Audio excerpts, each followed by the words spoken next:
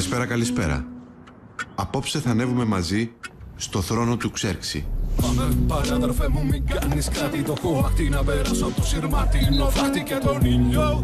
Να θάμπωσω για λίγο, να μην με πάρουν χαμπάρι όσο θα ανοίγω και θα πνίγω. Θάλασσα, ναυπηγεία, ένας μόνο μεγάλος δρόμος. Dove sono i processi, le prove, i diritti, noi non stiamo zitti. Non stiamo zitti. Falso, falso, falso, falso grande capo. Πώς είναι? Μεγάλο δεν είναι? Για μεγάλους. Τι θα ανεβείς? Το δίνεις? Εγώ στο δίνω.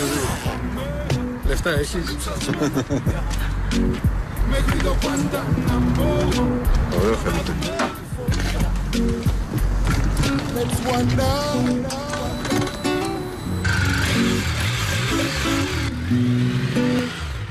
Αυτός που είδατε είναι ο Μιχάλης Μητακίδης, ο δημιουργός του low-bap κινήματος. Χιλιάδες στρανία σε όλη τη χώρα είναι χαραγμένα με τους στίχους του.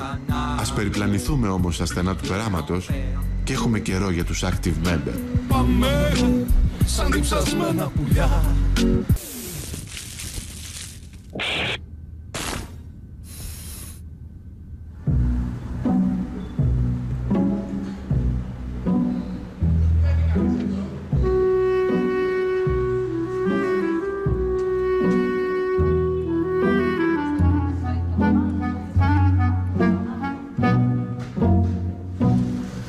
Αποφάσισα πριν από 2 χρόνια να συνεχίσω ξανά το σχολείο, γιατί πρώτο περνάει η μέρα μου ευχάριστα εδώ για μένα, και δεύτερον θέλω να πάω στο πανεπιστήμιο για να σπουδάσω νομική, χωρίς να θέλω να ασκήσω επάγγελμα πια.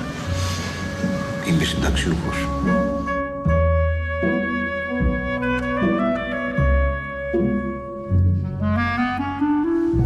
Ήρθα στο σχολείο για να τελειώσω το γυμνάσιο και το λύκειο, έτσι ώστε να μπορέσω να μπω σε μια δουλειά πολύ πιο εύκολα. Ήρθα εδώ σε αυτό το σχολείο για να πάρω ένα χαρτί για να σπουδάσω ηχοληψία, που είναι το όνειρό μου.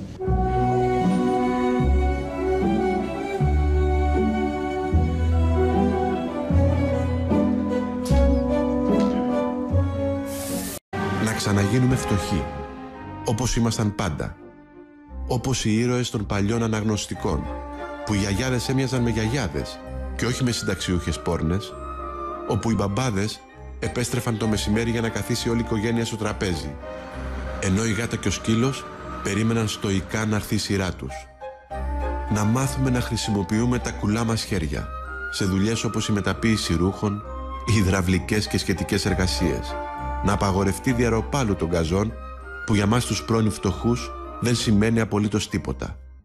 Και στη θέση του να φυτευτούν λαχανικά ή και οποροφόρα. Καλό ξημέρωμα από το πέραμα.